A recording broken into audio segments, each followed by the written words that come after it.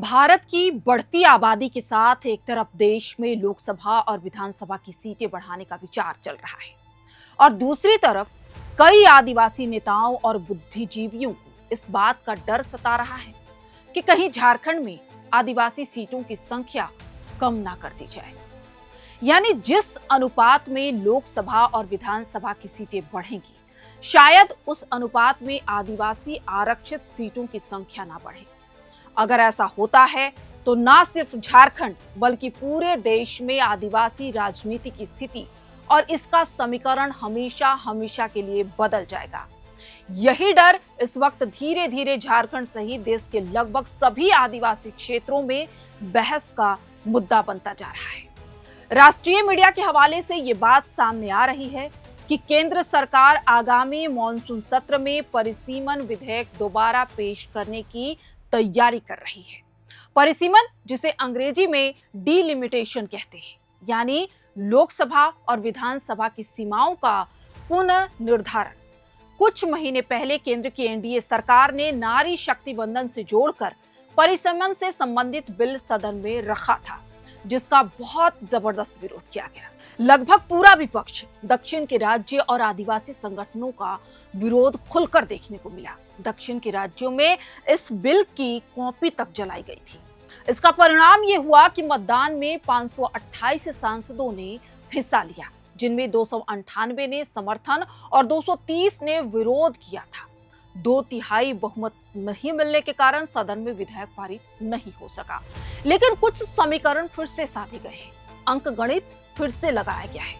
केंद्र सरकार कई क्षेत्रीय दलों से बात कर चुकी है, मौखिक सहमति भी शायद मिल रही है और माना जा रहा है कि आगामी मॉनसून सत्र में डिलिमिटेशन से जुड़ा एक विधेयक फिर से सदन के पटल पर रखा जाएगा।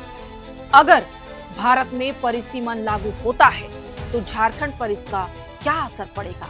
झारखंड की लोकसभा और विधानसभा सीटों में कितने की बढ़ोतरी हो सकती है और क्यों आदिवासी सीट घटने की आशंका जताई जा रही है? क्या यह संभव है कि 5वीं अनुसूचित क्षेत्र होने के कारण झारखंड में परिसीमन हो ही नहीं? ये प्रमुख सवाल है जिसे झारखंड के परिदृश्य में समझना बहुत जरूरी है। साथ ही सरकार ने ऐसा क्या विकल्प ढूंढा है कि दक्षिण के राज्य इस पर राजी हो सकते हैं? परिसीमन का स्वरूप क्या होगा, कब लागू होगा और नई व्यवस्था में किसे फायदा होगा, किसे नुकसान होगा? इन सभी पर सहजता और सरलता से आज चर्चा करेंगे, ताकि अगली बार परिसीमन को लेकर जब आपके आसपास चर्चा हो तो आपके पास इससे जुड़ी हर जानकारी हो। नमस्ते, मेरा नाम प्रियंका मिश्रा है और आप देख रहे हैं एयर नाउ एक्सप्लेनर।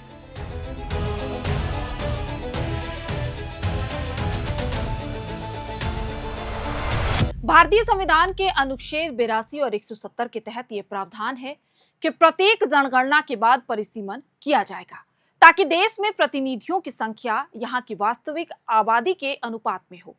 सीधे शब्दों में कहें तो जब एक क्लास में बच्चे अधिक हो जाएं तो उसका अलग से एक सेक्शन बनाकर अलग मॉनिटर बना दिया जाता है, ताकि व्यवस्था सुचारू रूप से चलती रहे। इसीलिए आजादी के बाद हर 10 सालों में परिसीमन आयोग का गठन हुआ। पहले 1952 में, फिर 1963 में और फिर 1973 में। लेकिन इसके बाद लगभग 3 दशक तक परिसीमन नहीं हुआ। इसकी वजह बताते हैं। देखिए, 70 के दशक में जनसंख्या नियंत्रण बहुत बड़ा मुद्दा बन चुका था। पुराने लोगों को अगर याद होगा कि स्कूल में बच्चों के भाषण से लेकर नेताओं के संबोधन तक में जनसंख्या नियंत्रण की बात की जाती थी। जैसे आज पेपर लीक और रोजगार की चर्चा आम हो चुकी है। इसीलिए सरकार ने जनसंख्या नियंत्रण के लिए कई प्रयास किए और कई राज्यों ने, खासकर दक्षिण भारत के राज्यों ने इस दिशा में बहुत अच्छा काम किया और जनसंख्या नियंत्रण किया। वहीं कुछ राज्यों में जनसंख्या तेजी से बढ़ी। अब 1973 के परिसीमन के बाद केंद्र सरकार को यह चिंता हुई कि जिन राज्यों ने जनसंख्या नियंत्रण के क्षेत्र में बेहतर काम किया है, उनकी लोकसभा सीटें तो कम हो जाएंगी। इसीलिए 1976 में 42वें संविधान संशोधन के जरिए लोकसभा और विधानसभा सीटों के पुनर्वितरण यानी परिसीमन पर रोक लगा दी गई। बाद में 84वें संविधान संशोधन के जरिए ये रोक 2026 तक बढ़ा दी गई थी। अब जैसे ही 2026 आया, सरकार ने कहा कि भैया हम तो परिसीमन करेंगे। इसके लिए एक ही साल में दूसरी बार परिसीमन की कोशिश होने जा रही है। पुराने विधेयक के हिसाब से भारत में लोकसभा सीटों की संख्या 543 से बढ़ाकर 850 करने का प्रस्ताव है। आने वाला विधेयक भी इसी आंकड़े के साथ आएगा, यानी अगर परिसीमन होता है तो भारत में लोकसभा सीटों की कुल संख्या होगी 850। झारखंड में लोकसभा की सीटें 14 से बढ़कर 20 तक पहुंचने की संभावना है। विधानसभा की सीटें 120 तक जा सकती हैं। हम कोई एक फिगर नहीं देना चाह रहे हैं क्योंकि कोई फिगर है ही नहीं। आप जो तमाम संख्या सुन रहे हैं कि सीटें इतनी बढ़ जाएंगी, इतनी घट जाएंगी, ये सब कुछ अंदाजतन है, कयास है, क्योंकि कितनी सीटें बढ़ेंगी इसका निर्णय बिल पारित होने के बाद परिसीमन आयोग ही करेगा। अभी बात वहां तक पहुंची ही नहीं है। अभी तो बिल संसद में पेश होने जा रहा है।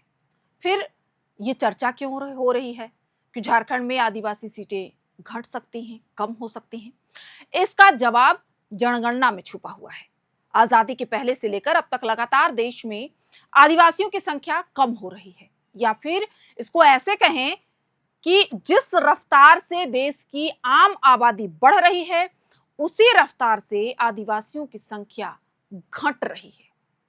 जैसे इस बार की जनगणना में आशंका जताई जा रही है कि आदिवासी 20 से 21% ही रह जाएं। ऐसे में जाहिर है कि नए लोकसभा या विधानसभा सीटों में अगर आदिवासी वोटर प्रभावी संख्या में नहीं होंगे तो वो आरक्षित सीट नहीं रह जाएगा। मैं पूर्व विधायक सूर्य सिंह बेसरा को सुन रही थी। उनका मानना है कि लोकसभा की 5 आरक्षित सीटों में से एक सीट गैर आदिवासी सीट हो जाएगा और नई व्यवस्था में सिर्फ 4 सीटें ही आदिवासियों के लिए आरक्षित रहेंगी। ऐसे ही विधानसभा के संदर्भ में भी वो कह रहे हैं कि 28 आदिवासी सीटों में से सिर्फ 21 ही आरक्षित रह जाएंगी। लगभग यही बात चमरा लिंडा सदन में कह चुके हैं, जिसके बाद झारखंड में यह मुद्दा चर्चा में आया है। सूर्य सिंह बेसरा इसके लिए मयूरभंज सहित अन्य क्षेत्रों का उदाहरण भी देते नजर आए, जहां उनके मुताबिक परिसीमन हुआ और आदिवासी सीटें कम हो गई। और इसे आप नकार नहीं सकते हैं, क्योंकि अगर जनसंख्या को ही आधार बनाया जाए तो बिल्कुल ऐसे समुदाय या क्षेत्र घाटे में रहेंगे जिनकी आबादी कम है या कम होती जा रही है। सीधे शब्दों में कहें तो जनसंख्या ना बढ़ाने का दंड किसी समुदाय, क्षेत्र या राज्य को नहीं मिलना चाहिए। यही मांग कर रहे हैं आदिवासी। दक्षिण के राज्य के, नॉर्थ ईस्ट के लोग इसका विरोध कर रहे हैं, मांग कर रहे हैं, क्योंकि ये सभी ऐसे समूह हैं जिनकी जनसंख्या पिछले दशकों में कम बढ़ी है। अच्छा, इसका नुकसान क्या है? अगर उन्हें कम सीटें मिलती हैं तो इससे क्या होगा? तो आप इसको समझिए कि फेडरल सिस्टम में यानी संघीय ढांचे में राज्य की अवधारणा इसलिए है कि लोअर लेवल तक गवर्नेंस पहुंचे और संसदीय प्रणाली में प्रतिनिधित्व को प्राथमिकता दी गई है। यानी देश में हर 10 लाख आबादी के लिए एक सांसद लोकसभा पहुंचता है, ताकि उन करोड़ों लोगों की समस्याएं, मांगे या उनकी उम्मीदें पूरी की जा सके। लेकिन जिस क्षेत्र के प्रतिनिधि अधिक हैं वहां का डोमिनेंस होता है और इसके लिए उनके हिसाब से नीतियां बनाई जाती हैं, सरकारें बनती हैं। जैसे कि मैं आपसे अगर पूछूं कि दक्षिण के राज्यों में अब तक भारत में कितने प्रधानमंत्री बने हैं, तो आप देवेगौड़ा के अलावा कोई और नाम नहीं ले सकते हैं। नॉर्थ ईस्ट तो सीधे इल्जाम लगाता है कि हमें बराबर स्थान तो पहले मिले, हमारी बात तो सुनी जाए, प्रधानमंत्री बनना तो बहुत दूर की बात है। आदिवासी, पूर्वोत्तर और दक्षिण के राज्यों का प्रतिनिधित्व पहले से ही कम है और अब अगर जनसंख्या के आधार पर परिसीमन होता है तो उनके लिए स्थितियां और भी गंभीर हो जाएंगी। इसका एक तोड़ सरकार ने निकाला है। चर्चा है कि जनसंख्या के आधार को ना अपनाकर सरकार सभी राज्यों में एक ही रेशियो में सीटें बढ़ाने पर विचार कर रही है। मतलब अगर किसी राज्य में 30% सीटें बढ़ती हैं तो सभी राज्यों में 30% ही बढ़ेंगी। इस तरह राज्यों की जो हिस्सेदारी अभी है वो आगे भी रहेगा। हालांकि इस पर सरकार ने अभी कुछ कहा नहीं है, लेकिन सरकार की तरफ से उनके कई नेता इस तरह के संकेत दे चुके हैं। मैं आपको सुझाव दूंगी कि YouTube पर जाकर डिलिमिटेशन पर आप शशि थरूर, तेजस्वी सूर्या और अनामलाई के बीच के बहस को जरूर सुनिएगा। स्टैनफोर्ड यूनिवर्सिटी के एक डिबेट में तीनों ने अपनी बात रखी थी। आपको वहां से डिलिमिटेशन की कई परतों को समझने का मौका मिलेगा। वहां भी तेजस्वी सूर्या, जो भाजपा के सांसद हैं, कह रहे थे कि जनसंख्या को आधार माना जाए, ये जरूरी नहीं है। हम बराबर अनुपात में सभी राज्यों को सीटें दे सकते हैं, जिससे ये पूरा डिबेट ही खत्म हो जाएगा। लेकिन पहली बात तो ये कि सरकार इसे लागू करे और बराबर सीटें सभी राज्यों को मिले, और दूसरी बात कि झारखंड के आदिवासियों के लिए इसमें भी कोई रियायत नहीं है, क्योंकि झारखंड को कितनी भी सीटें मिले इससे कोई फर्क नहीं पड़ता। अगर उन सीटों में आदिवासी आबादी कम है तो वो आरक्षित सीटें नहीं रह जाएंगी, यानी आदिवासी सीटें घट जाएंगी। सीधे शब्दों में कहें तो सरकार के द्वारा दिए जा रहे किसी भी विकल्प में आदिवासी सीटों को घटने से नहीं रोका जा सकता है। यहां आप ये ध्यान दें कि पहले जनगणना की रिपोर्ट आएगी, फिर परिसीमन आयोग गठित होगा और फिर 2029 के चुनाव से पहले परिसीमन लागू होगा। अब हम समझते हैं या आपको समझाने की कोशिश करते हैं कि अगर झारखंड में आदिवासी सीटें कम होंगी तो यहाँ की राजनीति इससे कैसे प्रभावित होगी। पहली बात तो ये कि आदिवासी सीटों की जीतने की अनिवार्यता खत्म हो जाएगी। जैसे अभी 28 सीटें हैं तो इसमें से किसी भी खेमे को सरकार बनाने के लिए कम से कम 10 सीटें तो चाहिए ही। इसीलिए आदिवासी नैरेटिव प्रभावित होती है, उसके इर्द गिर्द घोषणाएं होती हैं और उन्हें ध्यान में रखकर ही वोट मांगे जाते हैं। अब अगर 100 में से सिर्फ 20 सीटें आदिवासी आरक्षित हों तो आदिवासी मुद्दे इतने प्रभावी नहीं होंगे। दूसरी बात, विधानसभा में और लोकसभा में आदिवासी प्रतिनिधित्व घटेगा। इससे व्यापक स्तर पर भी आदिवासी मुद्दों के गौण हो जाने का खतरा बना रहेगा। आप गौर करें कि राज्य में आदिवासियों की संख्या भले ही 26% है, लेकिन आदिवासी सीटें 35% से अधिक है।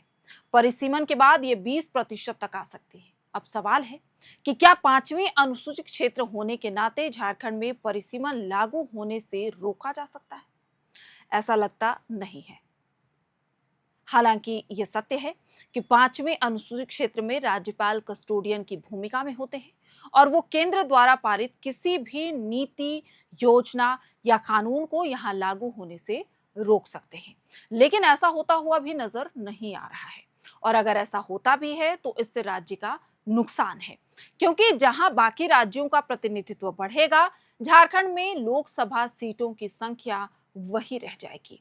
और ऐसा संभव नहीं है कि लोकसभा की सीटें बढ़ें लेकिन विधानसभा की सीटें ना बढ़े। मुझे लगता है कि स्थिति लगभग साफ है। अगर भारत में परिसीमन लागू होता है और जनगणना की रिपोर्ट में झारखंड में आदिवासियों की संख्या कम होती है तो झारखंड में आदिवासी आरक्षित सीटें कम होना निश्चित है और ना लागू होने का प्रश्न ही नहीं उठता है। हाँ, अगर विधेयक की ही पारित ना हो तो झारखंड सहित पूरे देश में कहीं भी परिसीमन लागू नहीं होगा। लेकिन जैसा कि हमने कहा कि ये पूरी बहस अभी बहुत ही अर्ली है, लेकिन चूंकि चर्चा शुरू हो रही है इसलिए हमने आपके सामने पूर्णता के साथ एक तस्वीर पेश करने की कोशिश की है। लेकिन असली कहानी विधेयक पास होने के बाद शुरू होगी। इसके बाद ही विरोध और समर्थन खुलकर देखने को मिलेगा। तब राज्यों की स्थिति भी साफ हो जाएगी कि किससे कितनी सीटें मिल रही हैं और उस समय नए एंगल में विश्लेषण किया जाएगा। तब तक के लिए इस बहस पर नजर बनाकर रखिए और हमें बताइए कि अगला एक्सप्लेनर आप किस मुद्दे पर देखना चाहेंगे। अगर ये कार्यक्रम आपको अच्छा लग रहा है तो इसे बाकी लोगों तक भी जरूर पहुंचाएं, साझा करें उनके साथ, ताकि वो भी इस एक्सप्लेनर के जरिए जानकारी हासिल कर पाए। आप देख रहे थे एयर नाउ एक्सप्लेनर, मैं हूं आपके साथ प्रियंका मिश्रा। इस खबर को लिखा है हमारे साथी विवेक आर्यन ने और कैमरे के पीछे मौजूद हैं हमारी साथी जयंती। आप सभी का बहुत बहुत शुक्रिया। एयर नाउ को सब्सक्राइब कीजिए, लाइक कीजिए। आप हमें इंस्टाग्राम पर भी फॉलो कर सकते हैं।